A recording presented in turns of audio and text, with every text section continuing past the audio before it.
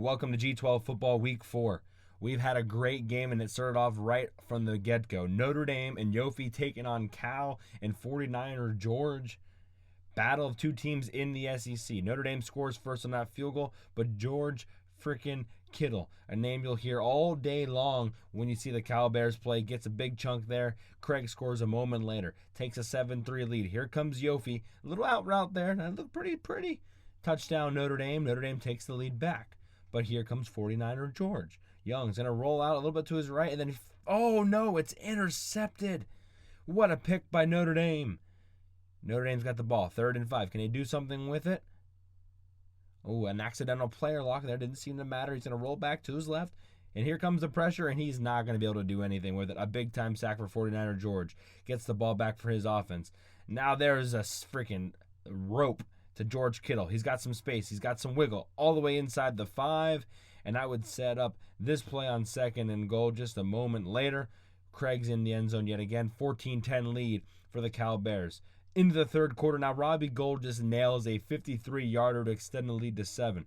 But Notre Dame was not going to quit yet. You know we only show kickoff highlights when something special happens, and Chris Tyree made something special happen right here. Look at him go inside, and then boom, he's on the outside. Now he's at the 20. He's to the 30. He's to the 40, 45, and out of the 50, to the out of the 40, to the 30, to the 20. Watch this move, bang!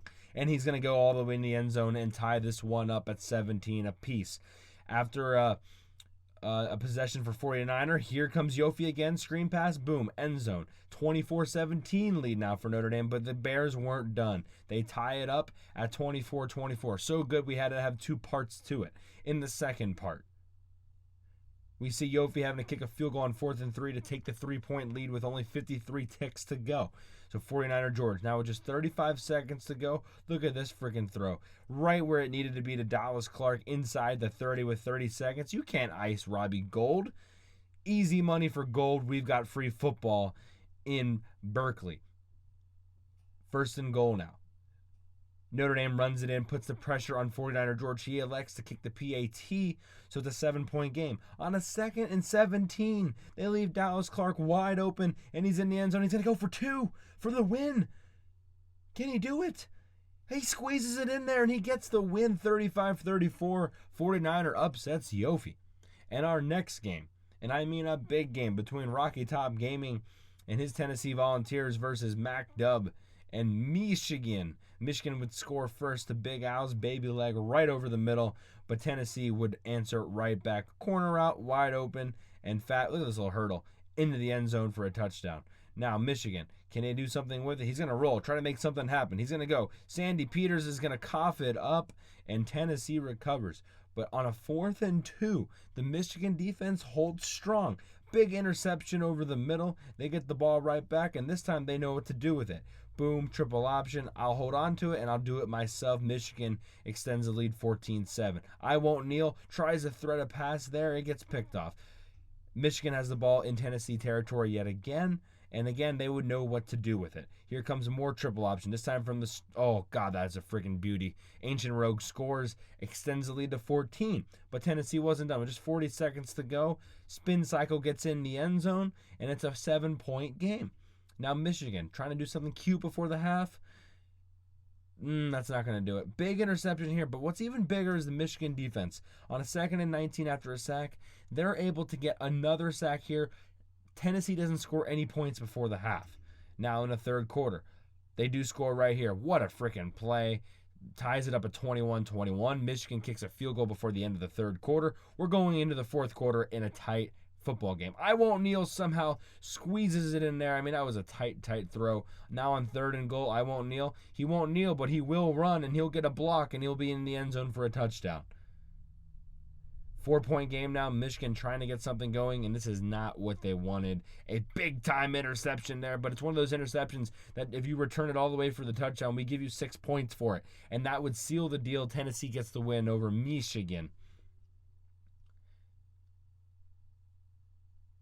In our next game, DanielByDefault.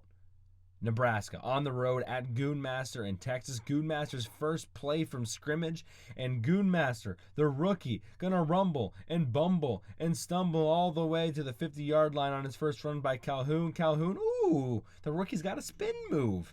Touchdown, Texas. Now DanielByDefault has the ball. He's gonna hold on to it. Now he's gonna run out to his right. He's got plenty of time. He's waiting, and oh, I don't know who that was to. That might be one of the worst interceptions in the history of the G12.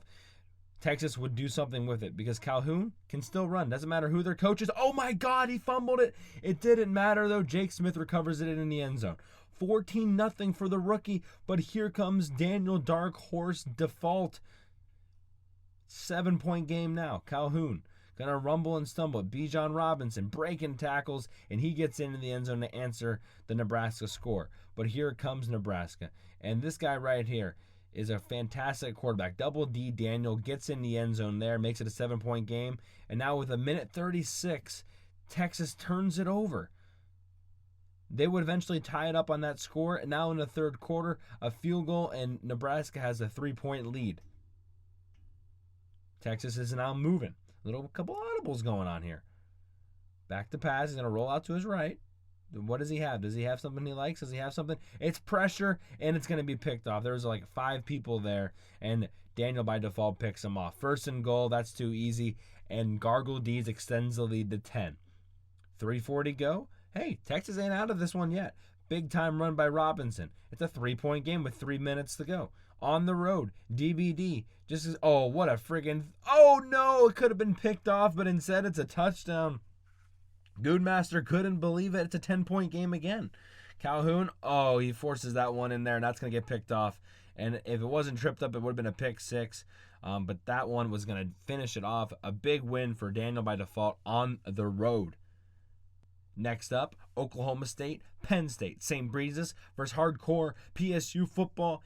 St. Breesus without his top running back, but Glass, the backup, showing what he can do. A big-time play right there. On 4th and goal, he decides to go for it. He has a touch. No, he drops it in the end zone. No points for Oklahoma State.